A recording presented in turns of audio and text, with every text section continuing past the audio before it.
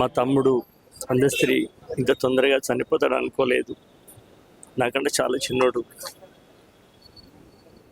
ఒక మహాకవి, తెలంగాణ తల్లి ఒక పెద్ద కొడుకుని కోల్పోయింది ఈరోజు. ఆ తల్లి తన కోసం పాట రాసినటువంటి కొడుకుని ఇవాళ కోల్పోయింది తెలంగాణ తల్లి.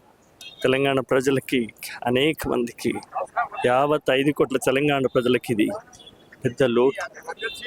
అందశ్రీ తమ్ముడు, ఆయన ఆత్మకు శాంతి చేకూరాలి, వాళ్ళ కుటుంబానికి శాంతి చేకూరాలి.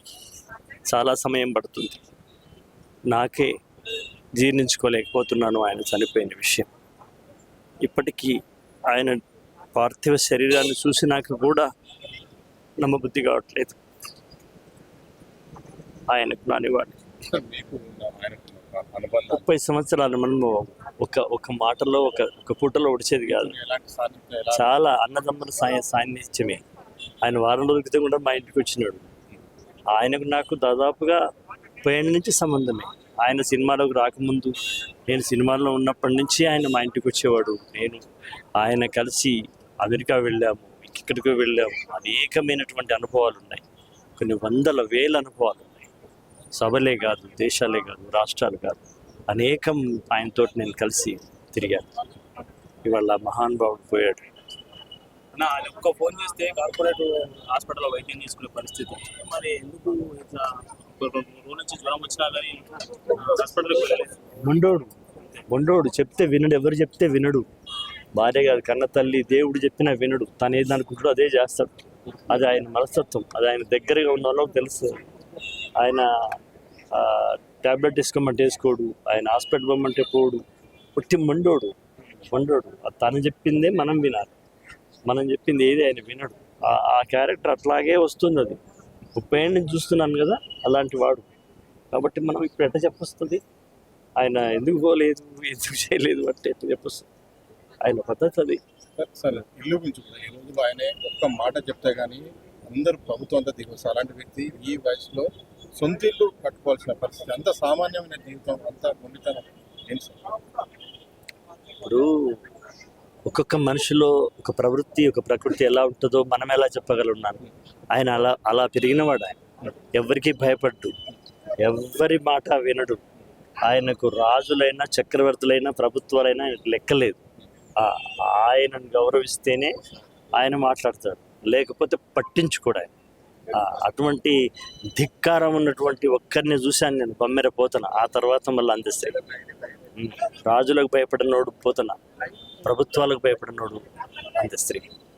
అలాంటి మహానుభావం. కానీ ఆయన రాష్ట్రగీతం ఇవాళ రేవంత్ రెడ్డి గారు తీసుకున్నారు. రాష్ట్రగీతాన్ని అద్భుతంగా ఇవాళ ఆయన ప్రజలకు అంకితం చేసినాడు రేవంత్ రెడ్డి గారు. ఆయన ఎంతో సంతోషంగా ఉండాల్సిన సమయం. గొప్ప ఇల్లు కట్టుకుంటున్నాడు, పిల్లలు ఎదిగినారు, అందరూ సెటిల్ అవుతున్న సంతోషం. ఈ 10 ఏళ్ళు ఆయన ఇంకొక 10, 20 ఏళ్ళు ఆయన ఆనందంగా గడపాల్సిన విషయం. కానీ ఏ నిమిషానికి ఏం జరుగును ఎవరు ఊహించరు. భగవంతుని నిర్ణయం ప్రకారం పుడతాం, పోతాం. కానీ పుట్టి ఎక్కడో మారుమూలలో పుట్టి, చదువు లేక, బడికి లేక, ఆయనకు ఆయనే ఒక విశ్వవిద్యాలయం, ఆయనకు ఆయనే ఒక బడి, ఆయనకు ఆయనే ఒక టీచర్, ఆయనకు ఆయనే ఒక ఆచార్యుడు, ఫిలాసఫర్, గైడ్, తాత్వికుడు. ఆయనకు ఆయనే అలా ఒంటరి సైన్యంలాగా, 1 మ్యాన్ ఆర్మీ లాగా బతికినాడు. 1 మ్యాన్ ఆర్మీ లాగానే నేను వెళ్ళిపోయాను. చదువులేని జ్ఞాని అంటారు. అంటే తత్వవేత్తకి అక్షరాలు అక్కర్లేదు. అయినా హృదయంలోనే సరస్వతి ఉంచుకున్న వాడికి వేరే బడి అవసరమా? నాలుక మీద సరస్వతి దేవిని దాచుకున్న వాడికి వేరే నల్లబల్ల మీద రాసేటువంటి సరస్వతి అవసరమా? లేదు. కొందరు అట్లా పుడతారు, కొందరు ఇట్లా వెళతారు. అది అందరికీ జరిగే పని కాదు. అది మనం కావాలనుకుంటే జరిగే పని కాదు, వద్దనుకుంటే పోయే పని కాదు.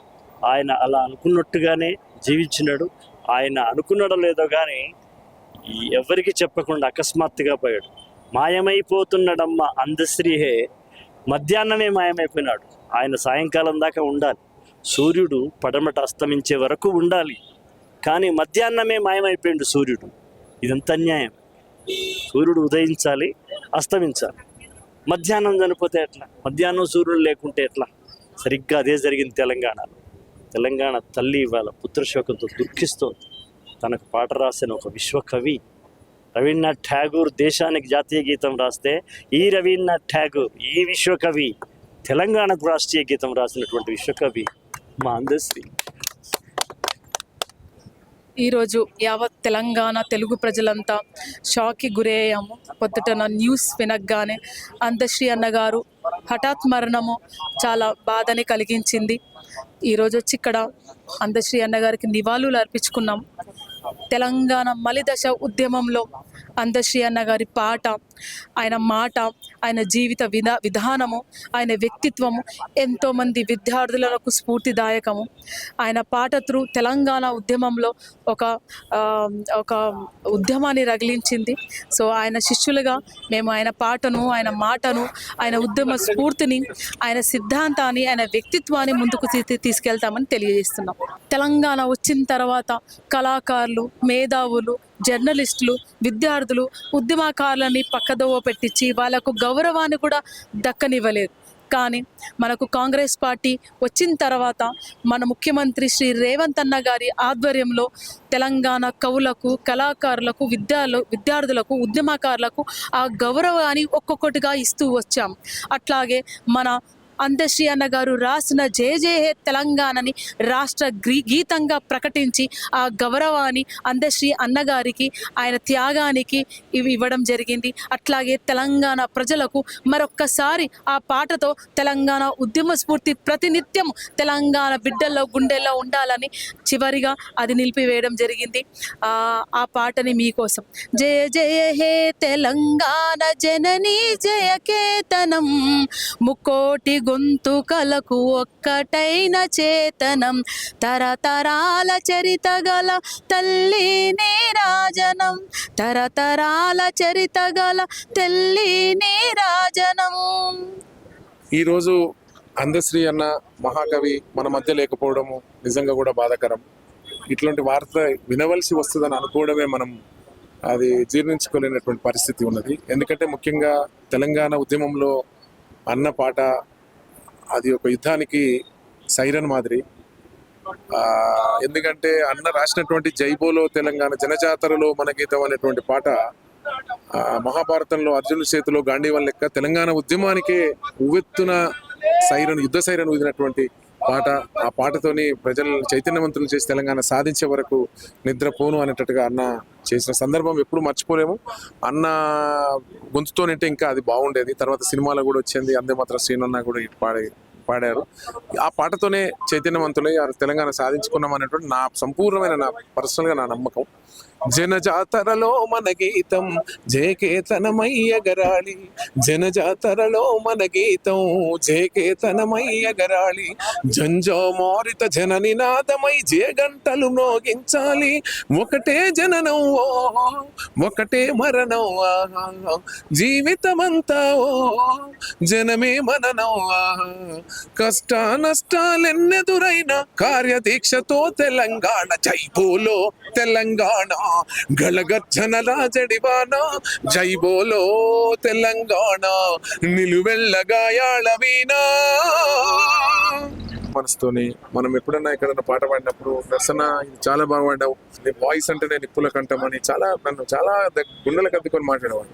ఆ సందర్భం ఎప్పుడు నేను మర్చిపోను. పర్సనల్గా నాకు అనిపిస్తుంది మనం మంచి ఏ పాట పాడినా కూడా ఆ స్థాయిలో ఉండి మన కోసం ఫోన్ చేసి బాగా పాడినామని చెప్పేటువంటి ఈ తరం పాత తరం వాళ్ళు ఫోన్ చేసినప్పుడు మాకు గర్వంగా ఉంటుంది. అన్నలో అది చూశాను. అది ఎప్పుడు కూడా ప్రతి పాట గురించి నాతో ఫోన్లో డిస్కస్ చేసేవాడు. అది ఇప్పుడు అందశ్రీలో చనిపోవడం రెండు రాష్ట్రాలు కూడా కన్నీరు చదువుకోలేకుండా అంటే పెద్ద స్థాయికి అదే ఆయన అన్నయ్య చదువుకోకపోయినా ప్రజల జీవితాలను, ప్రజల బ్రతుకు పుస్తకాన్ని చదివాడు, పేదరికాన్ని చదివాడు, కష్టాలు, కన్నీళ్లు, బాధలు అన్ని తెలుసుకున్నాడు. ఆయన పేద ప్రజలతో ప్రేమించబడ్డాడు. అట్లా ఆయనకు సాహిత్యం అవ్వింది. మరొకసారి ఈరోజు తెలంగాణ రాష్ట్ర ఆయన బ్రతుకున్నప్పుడే తెలంగాణ రాష్ట్ర గీతం వచ్చే వరకు ఆ స్థాయికి దిగాడు ఆయన. అది సంతోషం. మరీ సంతోషం ఏంటంటే ఆయన ఆరోగ్యంగా ఉన్నప్పుడే ఆ రాష్ట్ర గీతాన్ని రాష్ట్ర ముఖ్యమంత్రి గారు మామూలుగా రాష్ట్ర జాతీయ గీతంగా ఏర్పాటు చేయడం జరిగింది. మాయమైపోతున్నాడమ్మా మనసు అన్నవాడు ఒకసారి. మాయమైపోతున్నడమ్మా మనిషన్నవాడు, మత్సుకైనా లేడు చూడు మానవత్వం ఉన్నవాడు. కూటికో నోటికో ఒక్కడు ఈ ఉన్నాడ కాని కంటికి కనరాడు. మాయమైపోతున్నడమ్మా మనిషన్నవాడు, ఓ మత్సుకైనా లేడు చూడు మానవత్వం ఉన్నవాడు. ఇట్లాంటి పాటలు చేసి యువతలో చాలా చైతన్యాన్ని నింపినటువంటి మహా గాయకుడు. 2 ఏళ్ల నుంచి మాకు పరిచయం సార్, చాలా మంచి వ్యక్తి. మరి లోక కవి, ప్రపంచంలో తిరిగినటువంటి సముద్రాలు తిరిగినటువంటి వ్యక్తి కూడా అందశ్రీ సార్ గారు. ఈ ప్రభుత్వం గుర్తించింది కాబట్టి వాళ్ళకి ప్రత్యేకంగా ధన్యవాదాలు తెలియజేస్తూ, మరి మా జయ జయ హే తెలంగాణ జనని జయ కేతనం, కోటి గొంతుకలు ఒక్కటైన చేతనం. జయ జయ హే తెలంగాణ జనని జయ కేతనం, ఒక్కటైన చేతనం. తరతరాల చరిత గల తల్లి నీ రాజనం, తరతరాల చరిత గల తల్లి నీ రాజనం. పదపదాడని పిల్లలు కలమిల్లిన శుభతరణం. జై తెలంగాణ, జై జై తెలంగాణ, జై తెలంగాణ, జై జై తెలంగాణ. జయ జయ హే తెలంగాణ జనని జయ కేతనం, కోటి గొంతుకలు ఒక్కటైన చేతనం. జయ జయ హే తెలంగాణ జనని జయ కేతనం, కోటి గొంతుకలు ఒక్కటైన చేతనం. గోదావరి అలలన్నీ మన బీళ్లకు మల్లాలే, పచ్చని మా గానాల్లో పసిడి చీరలు నిండాలే, పసిడి చీరలు నిండాలే, పసిడి చీరలు నిండా. సుఖశాంతుల తెలంగాణ సుభిక్షంగా ఉండాలి, సుఖశాంతుల తెలంగాణ సుభిక్షంగా ఉండాలి. సమై తెలంగాణ స్వర్ణయుగం కావాలి. జై తెలంగాణ, జై జై తెలంగాణ, జై తెలంగాణ, జై జై తెలంగాణ. మరి ఇట్లా అదే విధంగా అంతకంటే ముందు సారా గురించి పాడిన కూడా సార్ కూడా గల్లు గల్లు గల్లు గల్లు గజ్జల బండి ఓడు ఊరు కల్లు దోడు, గల్లు గల్లు గల్లు గల్లు గజ్జల బండి బండిని లోడు ఊరు కల్లు దోడు. నాడు కాకాతీయులేలి నట్టి జిల్లా దోడు, నా జిల్లా దోడు. గల్లు గల్లు గజ్జల బండి బండి ఓడు ఊరు కల్లు దోడు. మరి ఇట్లా అదే విధంగా గుత్సా జయకు మామో నా గుండెలకు బులాయే, తెరగట్ల దుడకు మామో నా వైసంతాయితాయే.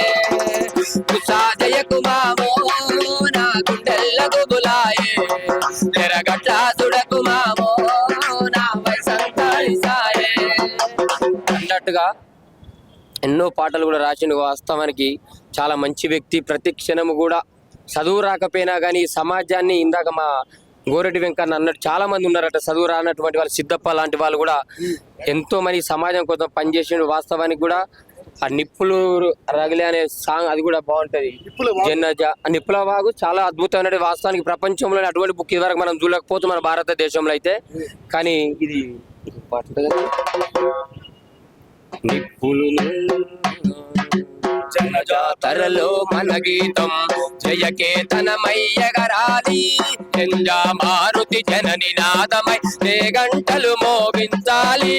ఒకటే జననం ఒకటే మరణం, జీవే జననం జనమే మనమయ్యా. కష్ట నష్టాలెన్నెదురైన కార్యదీక్షలు తెలంగాణ బోలో జడివానా బోలో తెలంగాణ నిలువెల్ల గాయాల వీరా.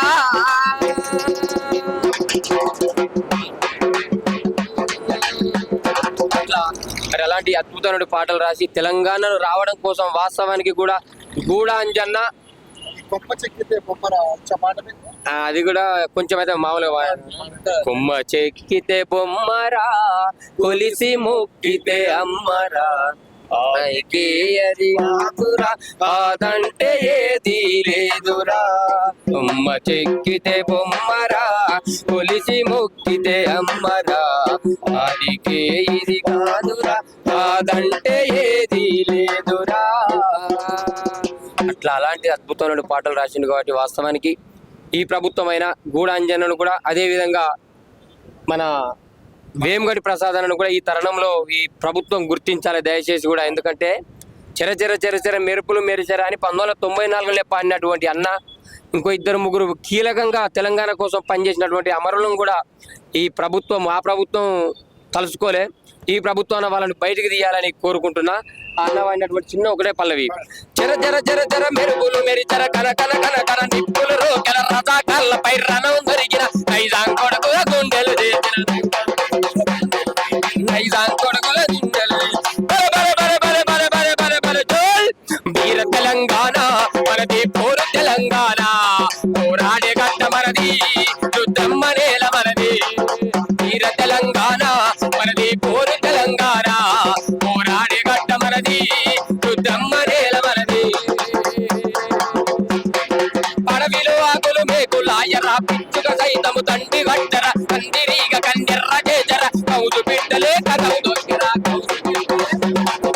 కౌదు బిడ్డలే కదవు. వీర తెలంగాణ మనది పోరు తెలంగాణ వీర తెలంగాణ మనది పోరు తెలంగాణ. ఆయన స్ఫూర్తి మాకు, ఎందుకంటే బడుగు బలహీన వర్గాలకు చాలా పాటలు రాసిండు. అందులో ఒకటి మన తెనుగోలు ముదిరాజు బిడ్డలు బతికెట్ట ఉంటుంది ఊర్లో.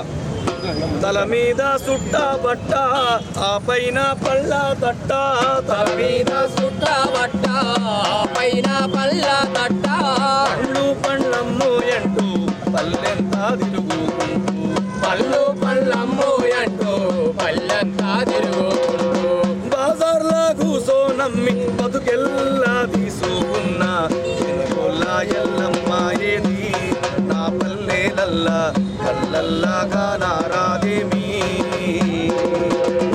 తెనుగోలా ఎల్లమ్మ ఏది నా పల్లెలల్లా కళ్ళల్లాగా నారాదేమే. పండ్లు తెప్పి బుట్టల్లా నింపుకొని కట్ట మన కాదిరిగి కొట్ట పోసుకున్న తెనుగోలా ఎల్లమ్మ ఏది నా పల్లెలల్లా కళ్ళల్లాగా నారాదేవి. జోహార్ అందశ్రీ. మరి అదే విధంగా ఈ తరుణంలో దయచేసి కూడా రేవంత్ రెడ్డి సారు మంచి కార్యక్రమం, అంటే ఈ కార్యక్రమాన్ని గవర్నమెంట్ గా చేయడం ధన్యవాదాలు తెలియజేస్తూ, కాకపోతే మనం వేమనను చూడలే, జ్యోతిరావు పూలేను చూడలేదు, అంబేద్కర్ చూడలే కాబట్టి స్కూల్ పిల్లలకు కాలేజీ పిల్లలకు కూడా ఈ రోజు వీలైతే రేపు స్కూల్లో సెలవు కూడా ప్రకటించాలి దయచేసి కోరుకుంటూ, ఆయనను లాస్ట్ ఆఖరి సూపన్న ఈ పిల్లలకు కూడా చూపించాలి. జయ తెలంగాణ రాసినటువంటి రాష్ట్రీయ గీతం ఒక రైటర్ను, ఒక లోక కవిని, ఒక వాగ్దేయకారుని ఈ సమాజానికి కూడా చూపించాలని ప్రత్యేకంగా మా పొన్నం ప్రభాకర్ కు, నాగిరి శ్రీధర్ సార్ గారికి, మరి పొద్దున్నే వచ్చిండు పాపం వాళ్ళ కోదండరామ్ సార్ కు, మరి అదే విధంగా మా రామలింగం అన్న జాతీయ అధ్యక్షులు కూడా దయచేసి కోరుకుంటూ ఆయనను ఈ సమాజానికి కూడా చూపించాలని ప్రత్యేకమైన ధన్యవాదాలు తెలియజేస్తున్నాం సార్. వాళ్ళ ఇల్లు కూడా మీరు అందరూ కూడా చూడవలసిందిగా కోరుకుంటున్నారు. ఉన్నటువంటి ప్రకృతి మీద అనేకమైన పాటలు రాశారు. అన్నిటికన్నా గొప్పది మానవత్వం మీద రాసిన పాటలు హృదయాన్ని కదిలించి వేస్తాం. మానవుడు ఏ విధంగా ఉండాలా, ఏ విధంగా ప్రవర్తించాలా, సంబంధాలు ఏ విధంగా ఉన్నాయి, ఇవన్నింటినీ కూడా చాలా వివరంగా వారు అచ్చము దేశీయ భాష మన భాషలోనే ఇంట్లో మాట్లాడుకున్నట్టుగానే ఉండేది. ఆ రకంగా అందశ్రీ గారు నాకు చాలాసార్లు కలిశాను, గంటల తరబడి పాటలు పాడతాను. కానీ నేను ఏ రోజు కూడా అనుకోలేదు ఇంత త్వరగా మనందరినీ వదిలిపెట్టిపోతున్నాను. నేను ఆయన అలయమలై ప్రారంభించినప్పుడు అలయమలై రమ్మని అడిగాను, వచ్చారు. వచ్చి అప్పుడు నేను ఏం చేయాలని అడిగాను. జై జై హే తెలంగాణ అనే ఒక అద్భుతమైన జాతి గీతాన్ని అందించినవాడు. చదువుకోకుండా చదువు లేకున్నా కూడా డాక్టరేట్ సంపాదించినవాడు. ఆయన సాహిత్యము, ఆయన పాటలు తెలంగాణ సాంప్రదాయంలో జనరల్గా జానపద బాణీలని పాటలు కట్టి ఉద్యమ పాటలు చేసినారు. కానీ ఆయన ధోరణి వేరు, ఆయన డిక్షన్ వేరు. పదగాంభీర్యము, సంస్కృత పదాల భూయిష్టమైన అనేక పాటలు రాసి మెప్పించగలిగినాడు.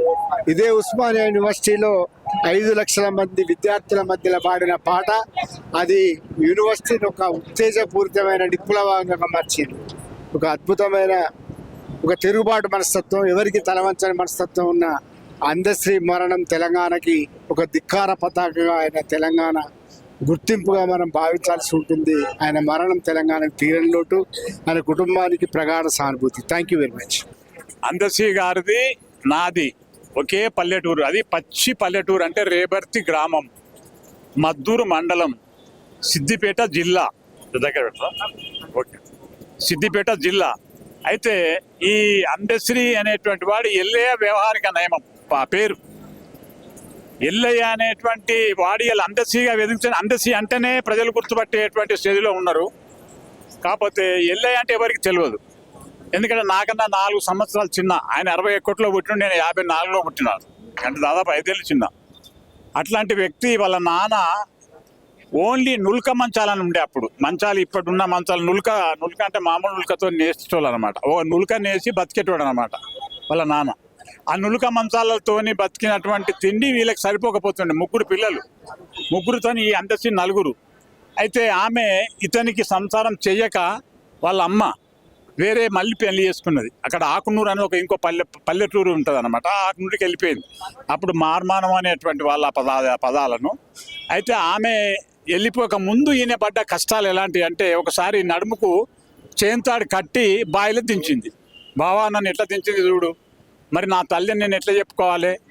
నన్ను ఒక బాపనోడు మూల నక్షత్రాన్ని పుట్టిండని చెప్పి మా నాన్నకి ఇస్తే వీళ్ళు చదువుకున్న సంగతి నీకు తెలుసా అని అంటే, అవును కావచ్చు, ఇదైతే నిజమే. ఎందుకంటే నీకు ఇంత వాక్చాతుర్యము, నువ్వు గ్రాంధిక భాష, వ్యవహారిక భాష, మళ్ళా గ్రామీణ అన్ని భాషలు సమకూర్చుకొని మాట్లాడుతున్నావంటే నీలో ఒక ప్రత్యేకత ఉంటుంది. అంటే DNA పరంగా కూడా బ్రాహ్మణ బిడ్డనికి కొంత లక్షణాలు వేరే ఉంటాయి. అట్లా నీకు బహుశా నువ్వు బ్రాహ్మణ బిడ్డవే ఏమిటావని అతను కూడా చెప్పుకున్నాడు. కొందరు మా ఊర్లు ఇప్పటికి కూడా ఆయన బాపను నేను చెప్పుకుంటానని అనుకుంటారు, కానీ అందులో ఉన్నది, అది వాస్తవం కొంత ఉన్నది. ఆ రేబర్తిలో తెలియదు. ఎందుకంటే ఇల్లిటరసీ ఎక్కువ మా రేబర్తిలో. ఇప్పటి యూత్ మాత్రం రేబర్తిలో చదువుకుంటారు, అందరు పిల్లలు హుషారు కూడా అయినరు. అయితే అట్లాంటి అందశ్రీకి మాకు ఎలాంటి సంబంధం అంటే, వాళ్ళ నాన్న చెప్పేవాడు, ఈ తాపి పని చేస్తుండే, మరి వీడు బతుకుతాడు అల్లుడు అంటే, ఏ పని చేసినా బతుకుతాడు తెలివి ఉన్నాడు, నీకు ఎందుకు లేదంటే అప్పటి ఆ స్టేజ్, ఆ చిన్నప్పుడు 6-8 సంవత్సరాల నుంచే పాటలు తయారు చేసాడు. ఒక మల్లారెడ్డి అనేట ఆయనే, రెడ్డి గారు, బాబు అందశ్రీ నువ్వు మా ఇంట్లోనే ఉండి, నువ్వు మీ ఇంటికి పోకు, మీ అమ్మ లేదు కదా, నేనే సాదుకుంటా మిమ్మల్ని, ఇక్కడనే ఉండి అంటే, ఇక ఆయన దగ్గర ఒక 3 ఏళ్ళు ఉన్నాడు.